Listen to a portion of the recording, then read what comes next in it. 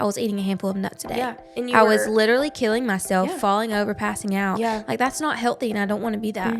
If I want to be a good wife and a good friend and neighbor and mom one day, like, I have to take care of myself. Yeah. And what I was doing was not healthy. Words carry a lot of impact on people's lives, not just in the eating category or self-image. Everything. Words triggered us from the get-go to get this complication mindset of all this. And it's hard to break. We were told that our whole lives, like, oh, y'all were so pretty and the cutest little girls. You have to keep being pretty or you're not going to equate to the way they think about you. I'll just hold her face and be like, you're so awesome. You're so smart. You're so kind. That's so like good. The inside characteristics that make her beautiful.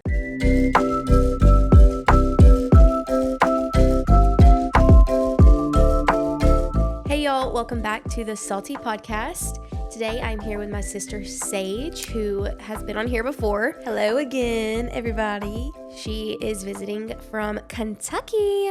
We just went to a women's conference, the IF Gathering. We just were like, let's debrief, talk about it, and we're going to touch on some deep topics today. And so I do want to preface and say, in any way, we are not experts in the areas that we're going to be talking about. And trigger warning, we do discuss eating disorder. I know a lot of people struggle with that. And so I just want to preface and say, again, this isn't for educational purposes. We're talking about more testimonial based. In hopes that people would be able to relate, or maybe our stories would help one of you. So without further ado, let's get into it. How are you today? I'm good. I feel rested. You know, we got back from Dallas on Sunday. So, like, we had Sunday and then today's Tuesday. So, like, yesterday to kind of just see some family while I'm home. And so I just feel good today. I just feel chill. Like, don't have, like, a whole busy, not a whole lot of, like, to do. So that feels good. I know. Same. I always feel jet lagged is such a real term after a trip. And so the trip was supposed to be just me and Sage. It was going to be like a girls' weekend. We got invited by Annie Downs to come be her guest at the IF Gathering. She was a host. And if y'all haven't heard of the IF Gathering, I hadn't heard of it until Annie this year. And it was such an amazing experience. I'm surprised that we hadn't heard of it because it was big. It was the 10th year anniversary of it. Yeah. It was really good. Got to meet a lot of cool people. Like the speakers that were there were amazing. And the little sermons that we got to hear was cool. Really, I think for me, the best part was the people that we got to meet just like in line. Yeah. And like sit with and kind of hang out with. So it was just like the connections that were made, and not just like physical connections. Like, hey, now we're friends on Instagram, but like just some of the deeper conversations we got to have with strangers too. Yeah. Like sharing our testimony with people in line. I know. And that was the first day we got there. It was like a 2-day thing. And we got in line. We were standing outside before the doors open. And we just started talking to these two ladies in front of us. And me and Sage were just kind of in awe and been like, okay, well, we can leave now. I think this is why we were here. I know, really. And they just spoke life into us. They were very encouraging. It was an unexpected blessing, or whatever you would want to call it. Yes. And so that was cool. I got to meet a lot of my followers, which was really cool. And just the Holy Spirit was definitely moving. I would say I was pretty anxious going into the conference. Yeah, and I could tell. Yeah, me and Sage talked about it a little bit. And I don't know if it was like a lack of confidence. It was more that my spirit knew something was coming, like being fed on that. And I feel like the enemy was really trying to attack me to not be able to receive the things that the Lord wanted me to receive. Yeah. And so I was struggling. Like, I was fighting through that even during worship. And I couldn't hardly sing the songs because I would get so out of breath. And I'm like, whew, yes, Jesus, he knows my heart. He knows I'm worshiping internally, but I couldn't get it out. It can be sometimes overwhelming in like a big conference setting like that, just because there's so many distractions too versus like a more intimate setting. Yes. Like, I love it because like you can feed off the energy of like the people around you. Like, when I see everybody's hands go up and I see people like in deep worship, like that moves me. But also like there's just other distractions too that can pull you out of worship really easily. So it is a lot to like be, I don't know, in the moment, especially because at one point we were on like the front row and like all the camera guys that were walking around, it's like I saw them pointing a camera at me. So like it was like, so I'm Do like I lift my worshiping, but then I was hands, like, or- maybe I need to worship, like maybe I need to lift my hands so like the Hey, cameraman sees me Thanks worshiping. for the honesty. No, I know. There was Well, one really? point I peeked my, I'm like, oh, I'm being videoed right now. And I was like, what do I do? Because then I didn't want to, it's like an internal battle. I'm like, I'm not about to lift my hand, even if I feel led in this moment, because Then it's that's gonna going to look look like it's fake. put on. I know. And so that was new. I haven't been to a conference like that before. Yeah. Well, I take that back. I went to one years ago in youth group. But it was such a different feeling, I guess. I wasn't as distracted because I was so young, and it was just, I don't know. I feel like now, being the age we are, we're distracted easier. And in my head, I'm just, I mean, it is in a way production, not in a negative way. Right. But a conference like that, there's going to be cameras, there's going to be loud music, there's going to be all that. But Well, it's also, this is like a live event. Like, it's being broadcasted in people's homes and stuff. So there are a lot of cameras, and there is a lot of like organization that has to go into it. Yeah. Which that's with any event. Like, sure. there's got to be organization, or else it's just chaos. You have to know like what comes next and what to expect. Yeah. But I feel like for you, it's probably even more difficult. And I felt that the whole time. It's because like, you are a big influencer, and a lot of the people, it was all girls and women at this conference mostly, and a lot of like young girls. So a lot of your audience was probably there. So people who like see you, like they love you, why would they not? And they want to see you and like take pictures with you and stuff. And that's so fun. But also it's like, we were there to like experience Jesus ourselves. And so in a way, like, I'm sure you felt this, you can say otherwise if not, but like I feel like part of you was like, I'm wanting to connect with this too, but it's like I know that I'm being watched by people around me, so it is hard to like get out of that headspace where you're just like, do you know what I'm trying to say? And I think that is what is so cliche or ironic, I would say, about me doing social media. Right. Because my whole life, I've always been, I didn't want to be in a crowd. Right. I felt like I was being watched, even though I wasn't. It was just social anxiety that I've had to learn to unidentify myself with and not claim for myself. And now you're in the spotlight. Right. And so now I'm everywhere you literally being watched. And so I admit it was hard for me. I just kept my eyes closed the majority of the time, I was fighting the enemy the whole entire time, I felt like. Yeah. And I think it was a learning thing for me too. Just, I know there's like a reason for it. And I've just had to keep praying and like talking to God and be like, help me not be distracted. Help me not be, I was really distracted. And so, I don't know. But in all that, it felt like it was meant to happen. Like the way I was battling it. Yeah. It's like God really wanted me to lean into him. And so I'm still like, because that's the thing about the conference or any big thing that you go to as a Christian, a Sunday service or whatever, it's not just the moment and then it's over. It's a continual thing. Yeah. And so that's what I feel like I was learning, or I don't know how to word it. It's like the conference wasn't done when I left, because it shouldn't be just about a conference. Yes. On a weekend, you feel this spiritualness and then you go.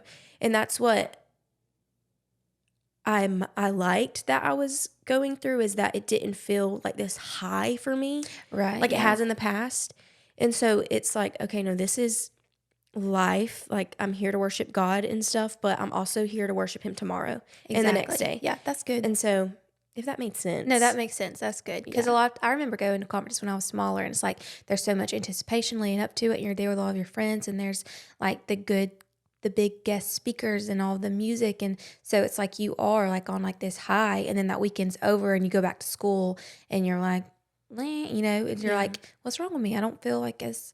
So the fact that you like let the conference just be like another day of you, just like another weekend of just like worship and like normal life, and so you can just carry that with you. I do want to go back and like listen to some of the sermons again, and like be able to take notes and stuff, because we were also sitting like this, so like I feel like I couldn't spread out, and like really take it in all the way. So I'd love to like in my quiet time like be able to watch some of those again. Yeah, for because sure. they were great. They really I know were. they were, and that's what. And I do want to say, it's not that I was just trying to treat it like a normal day. I wanted to experience the high. I wanted to experience the overpouring of the Holy Spirit in that moment, because whenever I was young, I felt like that happened more often if I would go to like a youth retreat or whatever, and all the music and all the emotional moments, it's like you could feel like a pouring of the Holy Spirit. And so I was craving that. But that was what I was learning, is that stuff doesn't matter. The big production of things and all that. It is truly, the root of it is your relationship with God. And are you going to carry that into every day? Yeah. And all that. And so, I don't know. I'm still, as you can see, I'm still not, it's not like I can sit here and be like, oh my gosh, the conference, this happened, this transformed in that moment. It's almost like I'm still walking through the things he was teaching me in the moment of the conference. Yeah. So, I know there's still a lot, because like we also haven't had time, like the conference was over, we had all that travel to get back home, and then like you're here with your husband and your kid and you've got work to do. So like I think like as the like next few weeks goes on and we really are actually just able to in our own like quiet time kind of pick it apart and like see what we did learn and what we can apply. For sure. Like I'm excited to do that because there was lots of stuff that like I'm like clinging to, and I'm just like waiting for some downtime to just actually be able to like sit and reflect. Yeah. So for sure. But it was great. It was so good. We met a lot of people. The opportunity. I know. I have so many more Instagram friends from like this area and stuff. Yeah. So I know. fun. I'm just glad. I'm glad you came with me. I know. Thanks for letting me be your plus She one. drove 10 hours here just to fly with me. Yeah. Is anybody else like that? Is anybody else like, I am not getting on a plane by myself? This the airport. Right. That is. Well, if I had flown, I haven't flown that much at all anyways. So it's like not that I'm like super comfortable with it regardless. Yeah. But especially like a brand new airport that I've never been to before, like all by myself. And also every time I have gone to the airport, I've been with like a group of people who are like, I guess more of a leader than I am. I don't really consider myself to be like a leader. I'm more like just stand in the background, let someone else take over kind of thing. And then like, I'll help you, So because I'm that kind of person, it's like, I wasn't paying attention. Yeah. Like back then, like, how do you find your gate? Like, what do you do? Did I mention in the beginning, like, I think I started to say it was supposed to be just of us weekend, but I never added. I don't know. It. So Hunter and Ivy ended up coming last minute, and which I'm so thankful for, because for me, it was, I was going to be in charge of, I'm like, Sage doesn't really get the airport, so I would have to navigate that, which I'm comfortable with. But it's more of being in Dallas, having to get Ubers. And so with Hunter, I'm just like, oh, yes. I know. There's so many like videos out there, like TikTok videos of like that same thing. Like, when you're with your husband, it's like you're just like in la la land. You don't have to worry about anything because they kind of take over. Exactly. Well, that's how I felt like with y'all. Yeah. And so that's why I don't have to learn how to navigate it myself because like y'all just do it for me. Yeah, exactly. Okay, so now that we've debriefed a little bit about that, let's talk about... I have a few topics listed that we're going to talk about. So I'm trying to, which one should we talk about first? Really, me and Devin were like, what should we talk about? Because there's so many things we can talk about. We've lived our whole lives together. And really, I feel like it's so good to talk about like just struggles, because there's so many people that have the same struggles, but you might not know it. You might feel so alone in that. But also like your struggles can just be like a good thing. And I think sometimes talking about the struggles that you have, like it just opens you up to feeling like finding freedom, and it just feels good to talk about sometimes. It's therapeutic. It is. So that's kind of what I was like. We could talk about this, and that the topic is like eating disorders, like how and honestly, and body image, until all of those things. Yep. And until like the last few years, I don't think I ever would have even like labeled it as an eating disorder until I'm like now an adult looking back, and I was like, oh my gosh, like that's definitely what that was. Yeah, for sure. So let's go back to the beginning. Okay. Whenever like mom and dad divorced when we were little, our mom and dad, they are just like complete opposite people. They came from pretty different like walks of life, I think, like family life. And then, so whenever they divorced, there was like split custody, like down the middle. We spent 50% of the time with mom, 50% of dad, like went back and forth every 2 days, which ended up like we liked that. We didn't have to spend like too much time away from one parent. But, so when we went to dad's house, there was like the pantry was always stocked with just like junk food, Debbie cakes and the chips and, pizzas you can throw in the oven and Kraft mac and cheese, all the good things, Yeah. And then at mom's, I told her actually this other day, I said, Mom, that you were like an ingredient household. Do you know what that is? And she was like, what's that? And I was like, anytime we wanted a snack, like we had to ask you to like cook it. Like they were noodles and spaghetti sauce. And we made up a lot of recipes a lot. We really would did. play restaurant. We had to get very creative. We did. The only snack she always had was popcorn. There was always popcorn. And at one point I remember when she got on an organic kick, there was always some kind of like organic granola bars. Yes, and they were good. They were the chocolate good, chip ones, but we were very limited, which I understand. She had Yeah. 6 kids, so we couldn't just go in there constantly eating snacks. Like she couldn't afford to feed us like that. And like, you know, I told her, I said everything was like rationed too. Like also mom was just more like health conscious, I think, than like our dad was. So she just didn't want all that stuff to be readily available. Every now and then, like every other Sunday, we would get like a treat. And after church, she'd go to the grocery store and pick up Fritos, stuff to make hot dogs, and she would get root beer. I remember the root beer. Because root beer was like caffeine free. Smart. And so, and I looked forward to Sundays because of that. Like it was the Lord's Day. Did we and have got hot dogs a lot? Yeah. No But way. it was also, sometimes it was sandwiches. And like she would buy all the stuff to put on her sandwiches. And anyways. Granted, she kept us fed. So Yeah. we're not saying No, it we was were just an fed, ingredient but household. like as a child, like what you like want. Well, and we probably wouldn't have known any different either had we not also been at dad's where there was just like all the junk food. Yeah.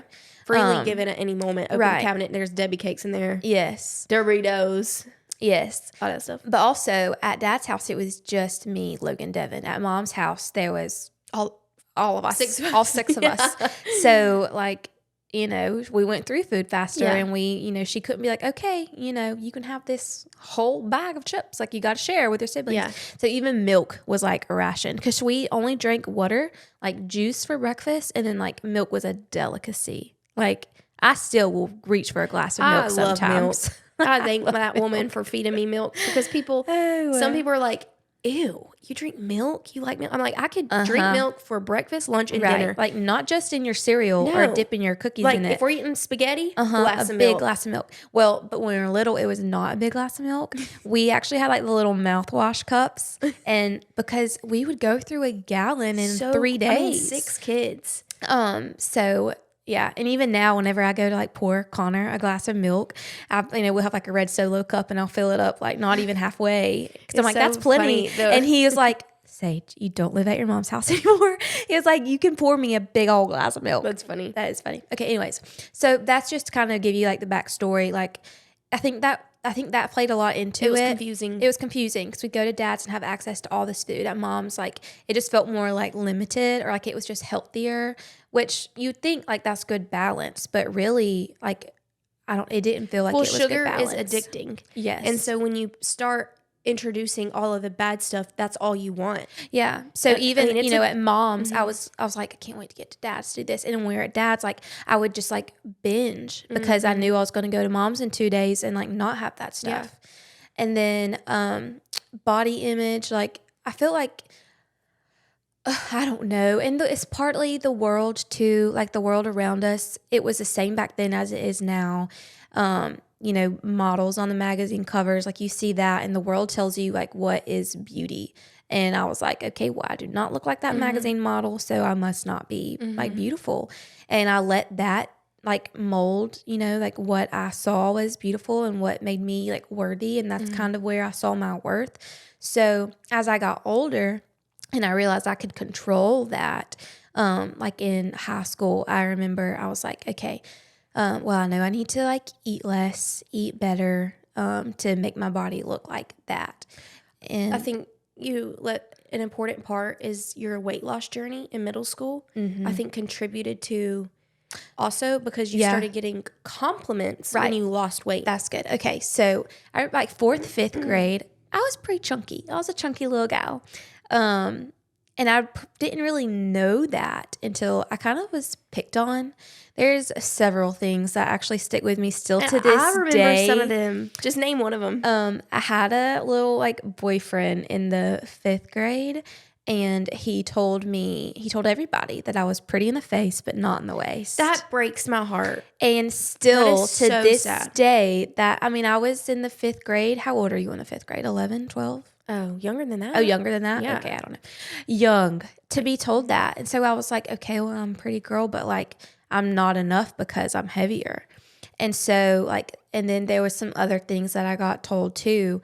And so I was like, you know what, I'm going to work on it. And we stayed with our grandmother a lot during the summer. And I was like, you know what, before I go to middle school, like I'm going to get this weight off of me. And so every day I did this share dance fitness workout video that my grandmother had, which honestly was so fun. It was so fun. And that was like a bonding time for me. It was because we all would do it together. Yeah. And they would sweat it out. And there were sometimes I would literally do it back to back, like twice in a row. And it was a 45-minute like workout video.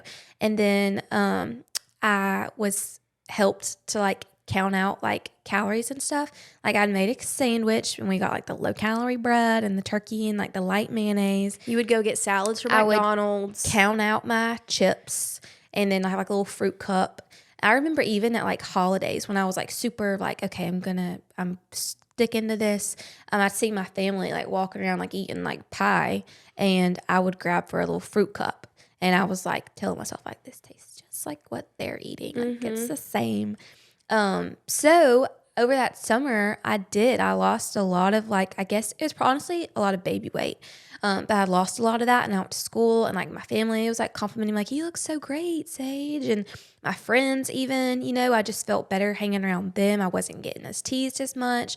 I was even being shown like more attention by guys, even in middle school, you know, like I wasn't being picked on as much. Yeah. And so obviously like I was like, woohoo, like that's great. And then I get into high school and, you know, just high school just opens up a lot of doors. There's a lot more opportunities to like go to the beach and there was pool parties and stuff all the time. And I was just super like self-conscious because even after like having got some of that weight off, I mean, I'm getting older, so my body's changing and I just still felt like I wasn't enough. All my like friends who were like way smaller than me, and a lot of it's genetics too. You know, like my body was never gonna look like theirs, and that's okay. But in my like young mind, it should have. If you work hard enough, if you want it enough, you will look like that. Right, and that's what everything like online and because on that's the TV. Introduction of social media. Going into high school, Instagram, Facebook. You know, you kind of have a phone for the first time, and then smartphones were here, and so like that's all I saw. And so I just compared myself to everybody else constantly, always feeling like I wasn't good enough. And so my senior year of high school is actually when I like was started developing like really unhealthy habits. I knew spring break was coming up and I was like, I'm going to be at the beach with like all of my friends, all of my girlfriends, all these guy friends. And I was like, I want to feel good about myself. It was like a all or nothing. Like I didn't have balance. All I knew was to do is like just be super restrictive. And there were days like at school, and I only went to school through like fifth period. I got out for like co-op. Wouldn't eat all day, and then like right before I got out of school, around like lunchtime, I wouldn't even eat lunch at the school. I brought like a little packet of like nuts. I would eat those, drink a lot of water, leave school, go to the gym on the way home, and just run on the treadmill for 20 minutes. If I had enough energy, I would do like the little circuit thing, and then I would go home and try to make myself not hungry, just chug water, drink black coffee because that might make me like not hungry. And I was so weak. I had no energy to really do anything. But it got to where, and this is unhealthy, I'm admitting that, but it got to where like I liked that feeling of my stomach growling. So I was like, oh, you know, and I'd put my hands on my collarbones, on my hip bones, like, and that was giving me like validation, like, oh, this is working. Like I'm going to look like those models in the magazines and stuff. I know it was so unhealthy. And all that time too, it was just messing up my metabolism. Cause I just wasn't eating healthy. I wasn't eating the right things. I was under eating. And then you would binge probably. And then like you can't keep that up. So then I would be like, I'm so tired of this. So I would just binge. And I was never like bulimic. I didn't do that. And honestly, it's not because I didn't try. There were times that I tried, and I think God just made me that I couldn't like make myself do that. So I never did. So then like the next day I would just be like, okay, well I can't eat anything today because I ate all that bad stuff yesterday. Yeah. And that was just my mind. You might remember this. It was during the like summertime, and we were at Dad's friend's house by the pool, and we were like laying out, y'all in the pool swimming. I was laying out getting a tan, hadn't eaten anything that day. I remember. And we got up to leave, and I sat up, and I just felt so dizzy. I lost my hearing. My tongue went numb, and I started like trying to walk towards the car as we were leaving. And I just remember being like, I could like feel like I was like, it was like my vision was like going black. And I remember like there was a big ringing in my ears, couldn't feel anything. And I just remember my dad being like, Sage, like he was like, Sage, what is wrong with you? Quit that. He thought I was like, I don't know. And then I don't remember anything else until we got home, and he helped me out of the car, and he gave me like some chips and an apple, and I sat there like slowly eating it, and like slowly I started like coming back to life. But like that was because I was just so weak. I was like so restrictive. And then I think in that moment, I think even Dad realized like that I hadn't been eating, you know. I know. Why are you crying? I'm pregnant. I'm just like, I feel like I'm watching a movie right now. But I was like playing in my head. I'm like, that is such a scary moment. It is. And like for him as a dad to see his daughter. Right. And like that's when it clicked, you know, because and I wasn't open about this. I didn't tell Mom and Dad that I wasn't eating. I probably would like pick at my food and stuff in front of them. Like, it's not something that you brag about or tell. Right. It's almost like hush hush. Right. Yeah. And in my mind, it wasn't even like I was doing anything bad. I was just doing what I thought everybody did to lose weight. I think Dad realized at that point, and he was like, you are beautiful. Like, you need to feed yourself. And so like it got better. I started eating again, but then like because I had been restricting so bad, it's like I put weight on really quick. And it has been just like an up and down. And then I was like in college, and things were a little bit better. As I said on the last podcast, I was drinking in college. And honestly, when you're out at parties and you're drinking, like you're not thinking about eating food. So like I feel like I stayed in like what I thought was like a good place because I was just drinking and not eating. So it like balanced out in a way. And then there were times too where like I wouldn't eat all day, especially if I knew there was like a birthday dinner that night. I'm like, well, I'm not going to eat all day because I know that we're going to go out to eat tonight. And like, obviously want to eat that good food. I want everybody else to see me eating cake and stuff. So it just really unhealthy. And I don't remember the exact time that I finally was like, okay, I'm not doing this anymore. Like this is not real life. I have to eat. Like I can do it in a healthy way. And it might have been like some good stuff on social media that I found. Yeah. Like, like health influencers who are like, coming out. Right. They're like, you don't actually need to starve yourself to lose weight. You need to eat, and you need to eat more than what you think you do to like boost your metabolism. So I started leaning into that because I was like, oh, I can eat more food. Like that's what I want to do. So, and I want to do it healthy. And then just as you get older, you just start kind of doing research for yourself. And so I did start kind of getting back on like a healthy path. It's almost like it becomes, I just want to touch before you like move on to your future years. Like back then, okay, you hear bad compliments and then you get praised for losing weight. Then you get depraised, if that's a word, unpraised for, Sage, you're not eating enough. You need to be eating this. You're getting too skinny. You're too skinny. And that happened a lot too. Yeah. And then it gets in your head. Because I remember I've even experienced that. And it's like, okay, you want to hear, it's like a compliment to know you look good, that you're so tiny. Like I remember not eating a bun on a hamburger one time, not because that I just didn't want the bun. Right. It wasn't because I was thinking about my weight. I was so young. And it was like a family member or somebody and was like, that's why Devin's so small and tiny because she's not eating bread. And those things go to your head. Goes in my your head. And I'm like, I remembered that. Yeah. So then through it's almost like, oh wait, that sounded like a compliment. So let me stick that in there. And then it's like, I was doing the airplane one time. Like they were lifting me up their legs. Yeah. They're like, Devin's so tiny. I remember all that. And all of that becomes, I don't know the science behind it. And I know there's science behind it all. Yeah. It gets embedded in there. Keeps that. Like you want that. It was almost like, then I didn't realize it, but later in years, I craved that stuff again. I'm like, wait, I remember they said I was so tiny. Like they think Devin's tiny. Devin always needs to be tiny. Yes. And all of that. It's sad.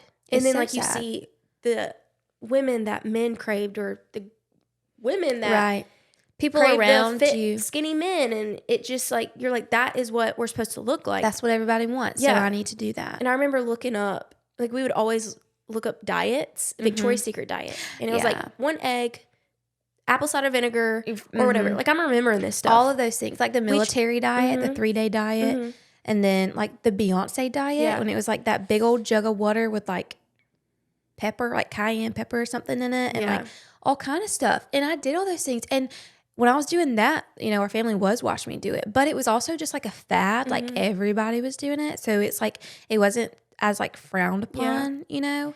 It makes me like having Ivy, me and Hunter are so conscious about words. Yeah. Because just how words carry a lot of impact on people's lives, not just in the eating category or self-image. Everything. And it's like those words triggered us from the get-go to get this complication mindset of all this. And it's hard to break, especially that young. Yes. And you become not enough, not worthy, all this. And then, I mean, thank goodness, like with small group and all that, and people that I guess had a better mindset with it all. Like, you are beautiful. God made you in his image. Like, yes, we're called to take care of ourselves, but that doesn't mean because of the body type you want to have or that is enough or good enough. It's just to be healthy so we can be productive citizens of society. Yeah, I remember all of those words. And so with Ivy, like, also I remember like, eat everything on your plate. And I get the stuff of that. Yeah. But if I put too much on my plate and they're like, well, you can't leave the table till you eat it all or whatever. Yeah. So the scenarios, or hearing other people's parents say that, because it's wasteful. And I get that. And so we put small portions on our plate because we don't want to waste food. Exactly. But also we ask her, we're like, what's your tummy telling you? Are you full? Or, you know what I mean? Right. And like, so say she eats dinner and then wants a snack right after. And yes, we try to have healthy choices and things, but she'll immediately like ask for chocolate or whatever. And I'm like, okay, well, let's give your tummy time to settle. And then if your tummy's telling you it's hungry, then we can get, you know, and I don't know if I'm right. We're learning. But you're trying. I'm trying. And that's, I mean, I'm not an expert, but like that seems good. Like that's what I wanted to implement. And I wish that we had more of that too, because I mean, you're right.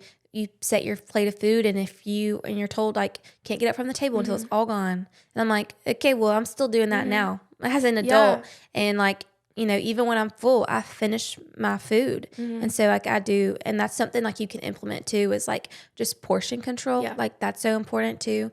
And like compliments. We try, yes, not to compliment people. The most beautiful thing. Yes, weight, but their looks. Yeah. I think she is the most beautiful little girl I've ever seen. And so I tell her that all the time. But then sometimes I'll remember before I say it, or then I'll be like, I just said that. Okay, I don't want her to become vain. I don't want it to become a vain thing because we were told that our whole lives. Like, oh, y'all were so pretty and the cutest little girls. Right. And I tell her she's so smart. And you feel like you have to keep being pretty, or you're not going to equate to the way they think about you. I'll tell her, I'll just hold her face and be like, you're so awesome. You're so smart. You're so kind. That's so like good. The inside characteristics that make her beautiful. Right. And I'm not perfect, because sometimes I'm like, you're so pretty, because I'm just like, look at her and she's beautiful. She is. I know. And so I'll, of course, say that sometimes. There's other things more important than that she needs to hear and know. I've caught myself. I'm like, you're so beautiful. And I'm like, and you know why? And I'm like, the inside of you makes you even more beautiful. That's like, sweet. I'm not perfect, and I'm not like saying this to brag about myself, because I'm still learning, and I catch myself saying things sometimes. I'm like, okay, I need to first about take a minute and think about how this could have come across, or how she's gonna remember this one day, and then I'll go back to her minutes later and try to say something else, or you know. Yeah. And that's the thing. I have to give myself grace, and that's what I don't think our parents meant any harm by any of the thing, or family members. Right.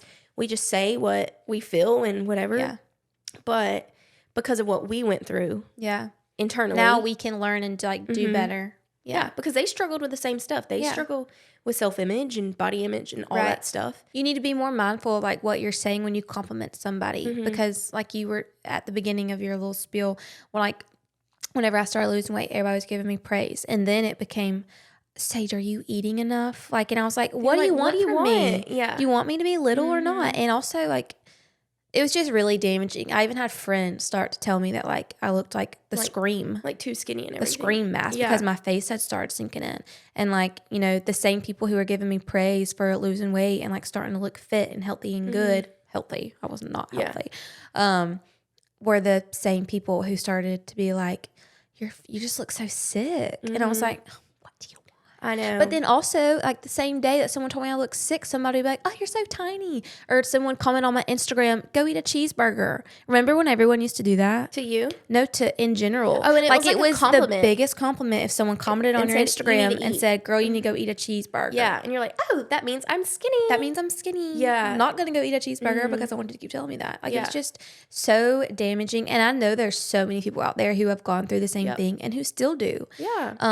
Because it's like, I want to feel confident. And I know when I feel confident, does it relate honestly to sometimes the way I look? Absolutely. Yeah. And so that's stuff I'm having to work on. And remember, like, I have to keep myself in check a lot. And I think a good practice of that is, you know, like being in the Word and reading what the Lord says about you. Yep. And all that, and surrounding yourself, which we're going to get into community, but surrounding yourself with like-minded people, and that can help you say things, because words can be so harmful, even unintentionally. Yeah. I've been that, and like, even now I can think, I'm like, I used to be like, you're so tiny, or look at your legs, they're so skinny. Just the words you say to yourself. Yeah, to yourself. Even internally, like if you're just thinking all these bad thoughts about yourself, like it's just like self-deprecating, and it's not good. It is. I do want to say too, being on social media, when we started, I felt good about myself. And what's crazy is, like, you know how you look back at old pictures and you're like, why was I so hard on myself? I was about to say that. I was so beautiful. I was so skinny. I was so... Right. And then, you know, and then you compare yourself to now and you're like, why was I so hard on myself? Yeah. Look, I was great. I wish I was as fat now as I thought I was then. Yeah, exactly. But also with that, like, look... It can be, for me, it can be so bad to look back at old stuff and compare myself, because what I don't remember when I'm looking at those photos, I was eating a handful of nuts a day. Yeah. And I was literally killing myself, falling over, passing out. Yeah. Like, that's not healthy, and I don't want to be that. If I want to be a good wife and a good friend and neighbor and mom one day, like, I have to take care of myself. And what I was doing was not healthy.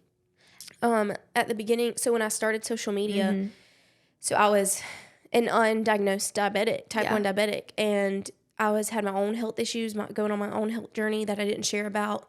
And I was so small. And whenever I found out I was a type 1 diabetic, I got insulin. And then with the insulin, it makes your metabolism, or you're finally getting the nutrients you need and how your body should be working. And I gained like 10 pounds in a month unintentionally. Like, it's not like I was just eating junk food. It was my body was catching up to where it should be to be healthy. That was so hard for me to witness for myself. Yeah. And then, so I already had, you think that stuff about yourself, but then when other people see it and point it out and start to say stuff. And unfortunately with social media in the day and age, people are mean and they just say whatever they want. And so people are like, ooh, look at her. She's starting to get chunky and all that stuff. And those were words I never had heard, because I had always been small my whole life. Tiny. Yeah. So then it gets in my head and I'm like, they're carrying the weight of me. Weight, literally. Are they changing their mind about me because I now don't look like the girl they knew me as or whatever? And it was hard. And I realized that, like, so I would look back at pictures and I'm like, how was I so small and all this? And I talking to my doctor and all that. And she was like, you were dying. Like, the way I looked, like my face was sunken in. That's like with being diabetic, like specifically type 1, your body is eating itself. Like, my blood sugar was probably sky high all the time. So I never gained weight because my body was literally eating itself. It was like fighting to keep you alive. Like, I remember I was losing weight drastically and I thought it was great. I thought it was because I was a new mom. And breastfeeding and stuff. Yeah. And like, that helped in the first few months. Like, because you get your baby, you lose weight because you lose your baby. Yeah. But it just, I didn't really know what was happening because I didn't know the signs of that. But to me, I was like, well, I'm small. Everybody's was commenting on my face being like super sharp and whatever. So snatched. And looking back, I have to remind myself I was so sick. And my doctor told me, she was like, your body was eating itself. You were dying. Yeah. And like, who knows now, if I wouldn't have gotten help when I did, like, what would have happened to me? Right. And I remember talking to mom about it, and she got emotional, and she was like, I just hate that I didn't see what was going on, because like, she noticed that I was losing so much weight and just so whatever. And I think as she's grown up, and like, I feel like the way the world is, people are more alert of the words they say. Most people, it's like we're being educated on the way to talk to people about it and stuff. And so I think she was being mindful of that. It was hard. here, like seeing, and still now, it like I'm not gonna admit that I'm past that. Like I still struggle with the way I look and my confidence. I'm pregnant now, so it makes it better. Yeah. But whenever I wasn't pregnant and I was gaining weight, you know, I am thankful now. I know that I have to feed my body, but it's like more in a healthy mindset. Yeah.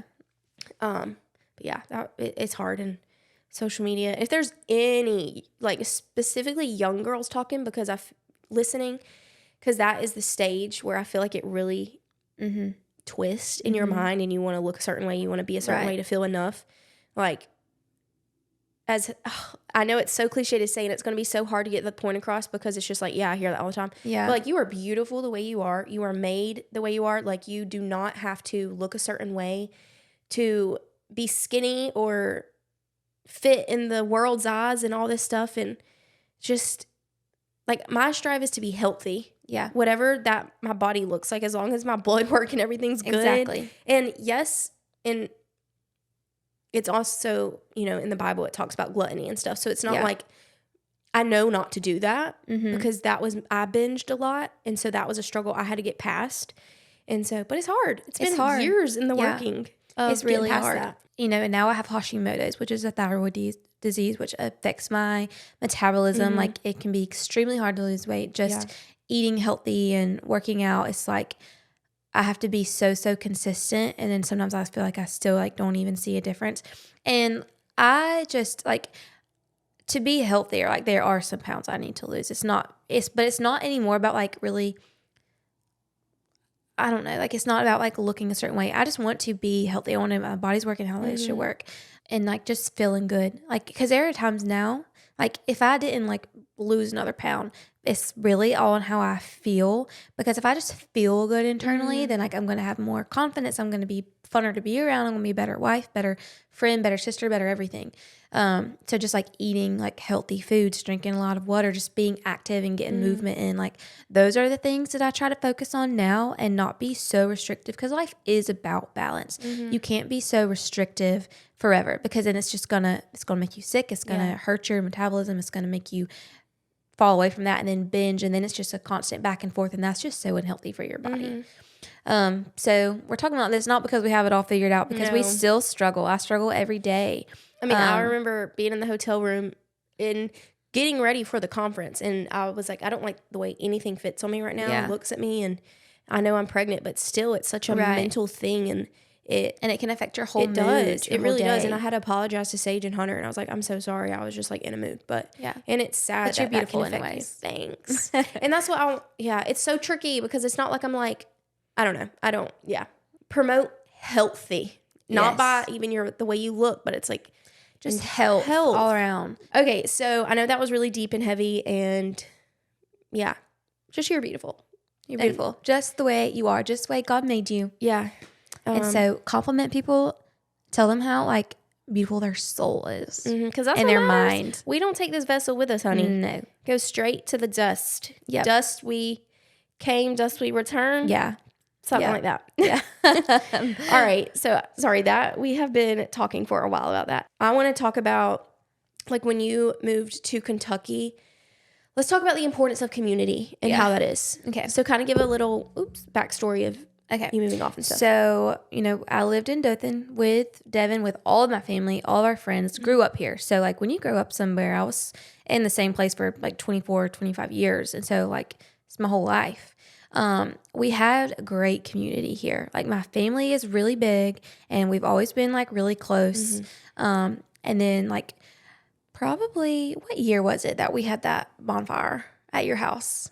Because I feel like that's when, like, this friend group kind of came together. That was, like, a long time ago, a few years ago. Maybe 2017 or 2018? I don't remember. 2018 maybe. Okay, maybe. Well, like a bunch of people that we already like knew kind of like in our lives at just different seasons, like we all, for some reason, all got together and hung out, and like I feel like we haven't been like separate from them. We were surrounded by a really good community. Me and my husband got married, and he's from Georgia, so he like didn't really know all the people that I knew, but he kind of came in. He found a really good community with like the girls' husbands. I feel like it was really fun. It was really healthy. We all carried like the same like morals and values. And that's so important too, because like you become who you surround yourself with. So like you need to make sure you're surrounding yourself with people who like you want to be. You know, I'm not gonna surround myself with people who are like negative and self-deprecating, and like I want to surround people like who I can aspire to like be like. But then we got married, and he went to he got accepted into optometry school, and we decided to go to Kentucky. So it was really tough because I've only ever been right here with like my home, my people, and then we were going to a place that we've never been before. And so we moved there, and at first it's kind of fun, like the first few weeks, because we're in like a brand new place. I'm decorating a new home, you know, like my attention was like just there. But then it's like school starts, and, you know, he's in school. So he's busy. He's preoccupied. He's making all these new friends. They have all this stuff in common because they're in school together. They're battling together, you know. And I started a job, and I feel like that helped a little bit because at least I was around people. But still, like, sometimes you have like your work friends, but then you have like your real life friends. Yeah. You know, like, and like the people I worked with were like not people that I would be like really like real life friends with. So it's still like I'd get home from work, and I was just sad. You know, Connor's constantly studying. He's busy. He's still attentive to me, but like it just really changed. You know, our marriage changed. Like it's just the season of life that we're in right now. And it was hard. It really started pulling me into like a dark place. I started becoming really depressed. I'm pretty sure I was texting y'all like every day. Like I'm so sad. Like I miss being home. But I'm also trying to be a supportive wife and like happy for Connor. It was really tough. And I was like, okay, I have to find something. Like I've got to find community. Like I know that to be happy and healthy, you have to have a happy, healthy community around you. So we started like trying to find a church. We went to several before we ever found one. But even when we found a church, you know, you don't just like meet people. You have to be really intentional to find community. Like it's not just going to happen. And I knew that. And I'm not really, more so now, but like I was not one to like really just like put myself out there. But I had to. I was like, if I want to make friends, like I have to. And fortunately, social media, when I moved there, helped because some people would like DM me, and they're like, I saw that you just moved to this area. Like I live here. Like we should get coffee or lunch, or like I saw that you go to this church. I go to that church. Like let's sit together.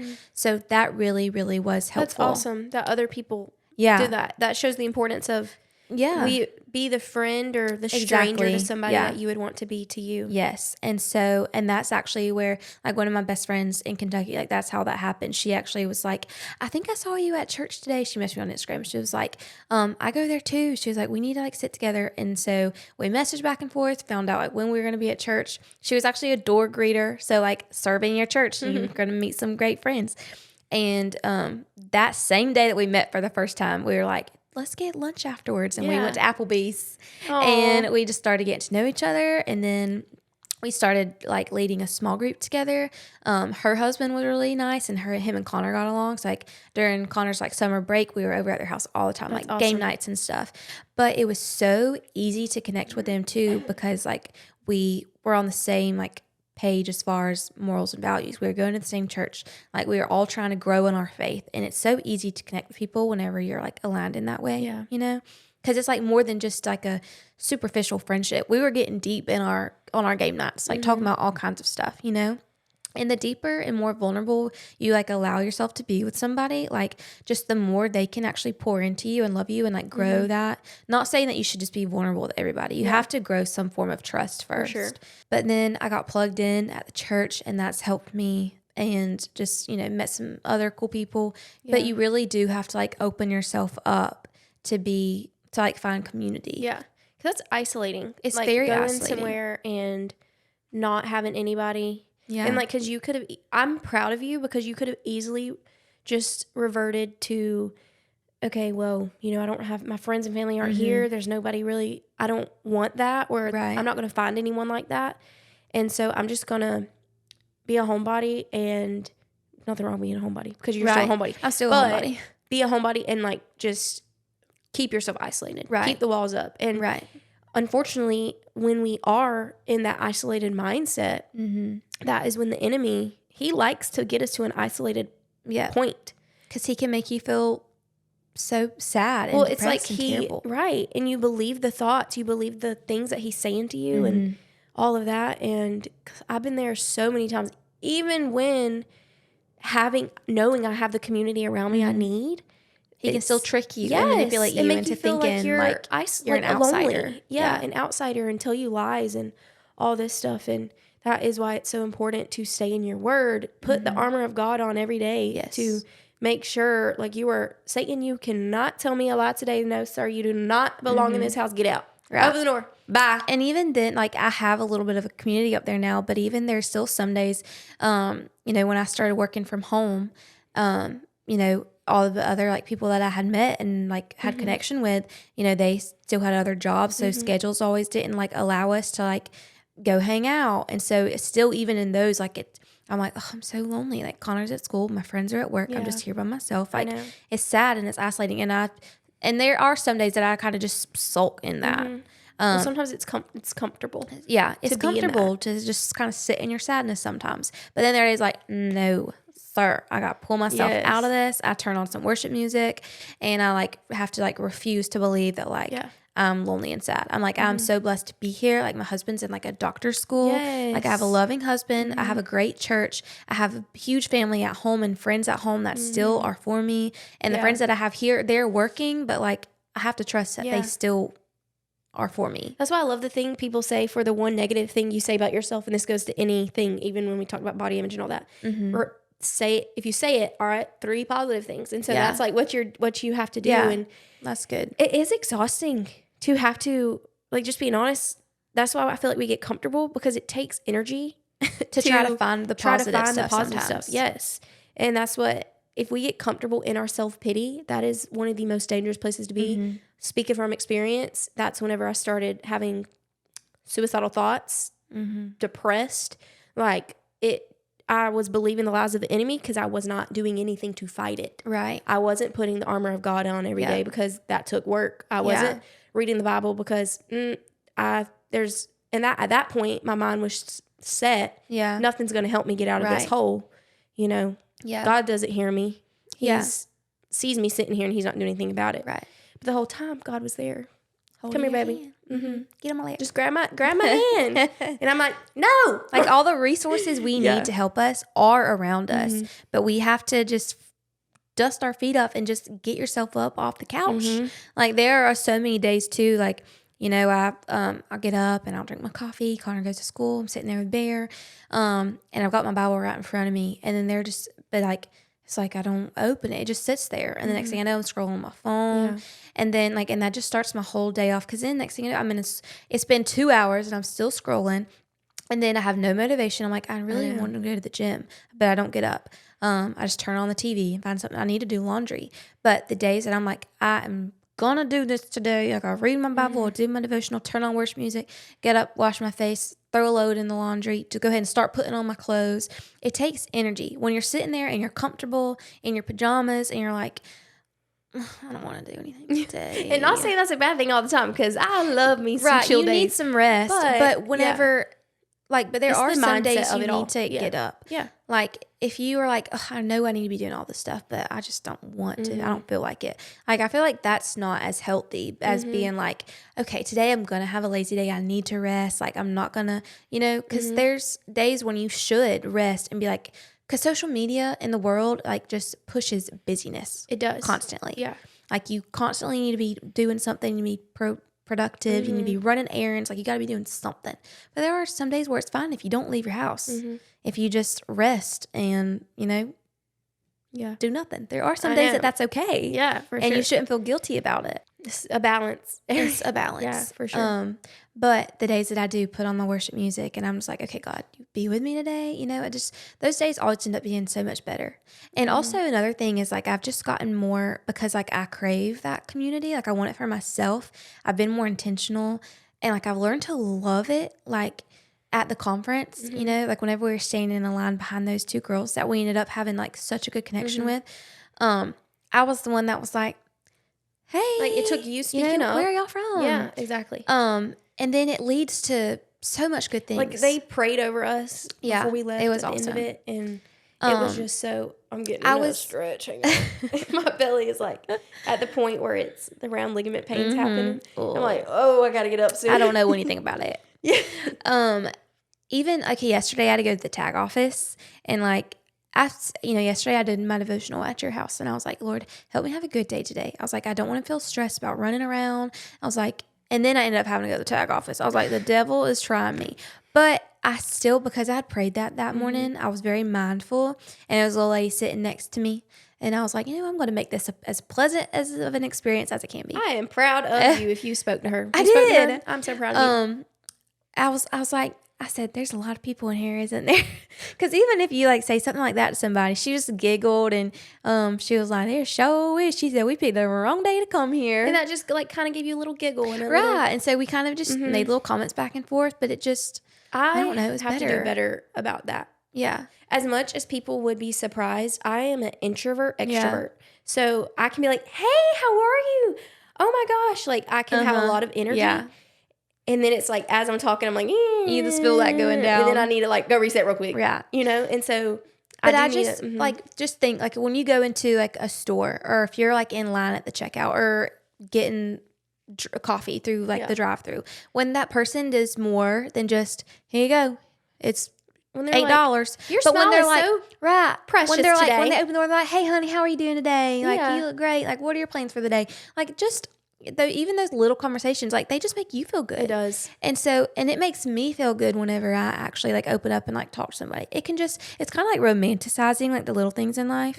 Like even conversations with people, like it just that only lasts was gonna bring you more joy. It like, I feel like it fills you with like more purpose, almost. Because like our purpose is like be the light. Yeah. In a dark world. If you're not preaching to them, you never know how a smile or just a little gesture or you might talking help to that somebody. She could have been having a bad day, and then you're just like, there's a lot of people in here, huh? I know. But you smiling with it and stuff. It just makes it better. Easily she could have been like, like don't talk to me, basically, and then it would have shut you down. Right. And that's so good. And thinking about like WWJG, like what would Jesus do? Yeah. Back in the day, him in his little sandals walking, he was probably like, hey, you're doing a great job. Right. Hey, you're doing a good job. Right. With whatever. Right. That is why we're just supposed to be like Jesus. And we're never going to be.